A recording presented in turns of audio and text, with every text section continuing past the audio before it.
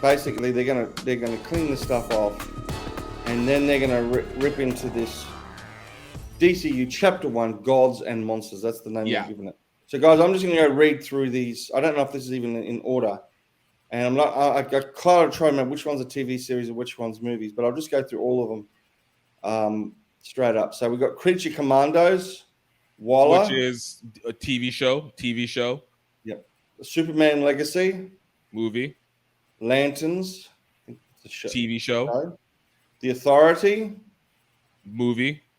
Paradise Lost. That's the Wonder Woman thing. That might be a show. Yes, that's a show.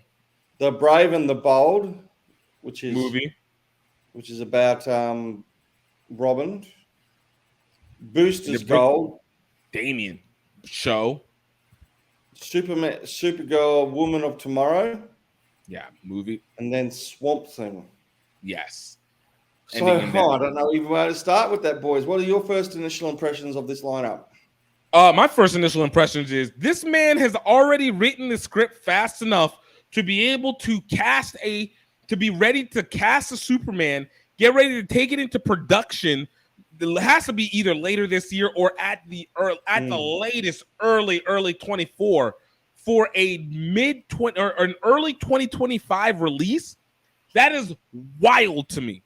That Impressive. Is absolutely wild to me. Which, honestly, it also gives me a little bit of interesting hope because it probably means that he is really actually taking from the comic and not just simply adapting from the comic. You know, like many times they just use the comics as an inspiration. Right. Because for them to make a script this fast, to be able to say, and he also was talking about for Waller, I think.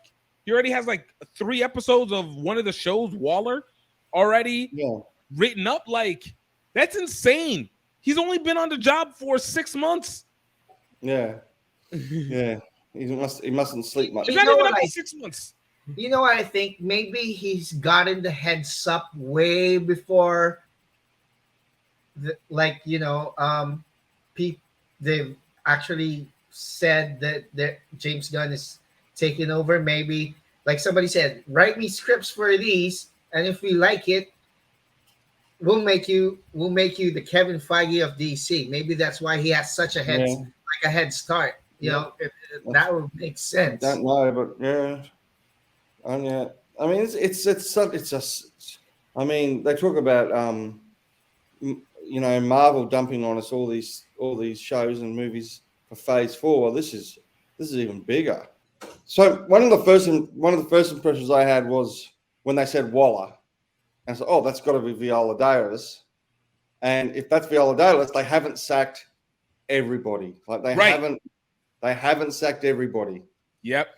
And that's one thing that actually stood out to me. I was like, one, they had the correct common sense, because I do not think that there was another person that was going to be able to play Amanda Waller like Viola Davis did. I believe that Viola Davis has a connection, the same guys as Tony and Robert Downey Jr. and Henry Cavill.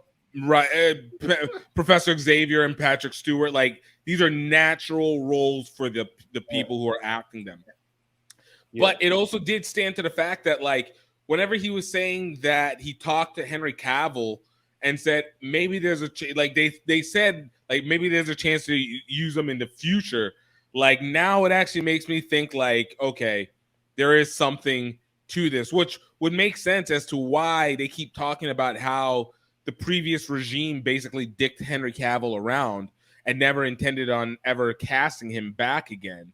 And because this is almost like a goodwill, seems like almost a goodwill process of just being like, when the time is ready and we get done with this young Superman legacy start, we might want to bring you back either as a multiversal something or other, or bring you back as an older, more wiser version. Yeah, but I just hope that he's not too old to play Superman again. Like, I mean, he's barely in his 40s?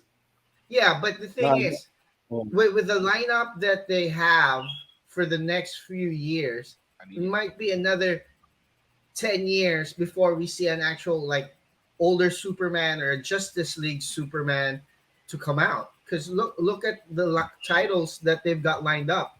I'm just worried, like, you know, Yeah, it's it's gonna gonna be be too far. like there's a lot of new characters here. There's a lot of, well, not only characters, but within movies like Creature Commandos, The Authority, and a couple of others. There's going to be these are ensemble pieces, so there's going to be like lots and lots of people. Right. We're going to get to know. So it's going to be a packed house. The DC is like going to be full of so many people, and we talk about Marvel again, Phase 4. You forget what happened with Shang-Chi because there's so much happened since then. Right. You do wonder how much of by the time we get to Swamp Thing, how much are you going to remember about Waller or Creature Commandos? Unless, of course, these movies dovetail into each other and we have switches across and cameos and stuff like that, which is really possible because apparently you hear, I mean, people are speculating all kinds of things, but one thing I've heard is the Authority, which is supposed to be, is going to be like The Boys. Yeah, I got it. It's like Watchmen, like The Boys, something to that effect. And someone said that they would make a great villain to Superman. Like they would make a great Superman villain. Yeah, there's an animated DC where the Authority is the enemy, which hopefully will be the like the live action would be as good as the animated version. What I worry about, like what's going on with DC. I mean, I'm excited in James Gunn, we trust. What I'm worried about is, you know how like we've just been bombarded with Marvel characters and Marvel merch. We've been sorry, let me go back. We've been bombarded with so much Marvel characters. Like part of it, I think, is because of merchandising. And I'm worried that DC is like introducing this whole slew of characters for merchandising. I just hope that they focused on like just rebuilding like the main characters first, like the Justice League, before they started, like the original 6 or something, before they started moving up to these fringe characters. Well, there's no Wonder Woman. There's no Wonder Woman in this, and there's plenty of other fringe characters.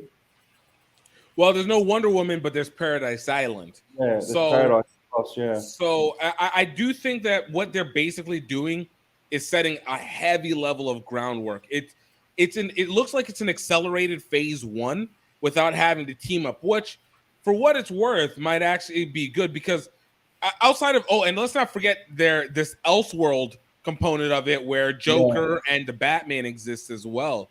But it looks like they're at least pushing us forward. So ironically, it's a little bit similar to what Zack Snyder did with like Batman, where we had the Red Hood Robin already dead at that point, and now you had disgruntled Batman. This one seems like we're jumping way further because we got Damian that's going to be the primary Robin for this one, which means Dick Grayson is already Nightwing, which I'm actually really excited to hear on that one. It looks like we would also already have Tim Drake started. Tim Drake wouldn't be there yet, but it would be Red Hood one. What's his name? Jason Todd. So Jason Todd and at least Nightwing have to exist at this point to be able to have Damian come in. So like this legacy component of it, I can feel like they're going to add little tidbits that will make it so that we aren't overwhelmed by everything, but we're also not going to be like we're missing the big heroes. Because I think even like the show like The Lanterns of having Hal Jordan and Jon Stewart is going to be crazy because one, I'm sorry. I know, like, a previous generation had Hal Jordan as Green Lantern, but for the better part of the last 20 years, aka since Justice League came on as an animated show, we've only known Jon Stewart. Like, when they did the 2011 and made Hal Jordan, it was like, I don't connect to this guy. Hal Jordan and Kyle Rayner, I don't know those people. I only know Jon Stewart. So to bring them in, and I feel like that's how you start to bring in the big guns without oversaturating it like they did and being like, we're just going to jump into the team up way too soon. No. We got our villains we're setting up. We have our big character moments we're setting up. We're going to set up the separate cities over the course of this 10 years. And then the team up we'll worry about afterwards. Let's remind our friends to please click on the subscribe button and hit that notification bell so you know when we have new videos out. Subscribe! Subscribe! Die. Oh, die.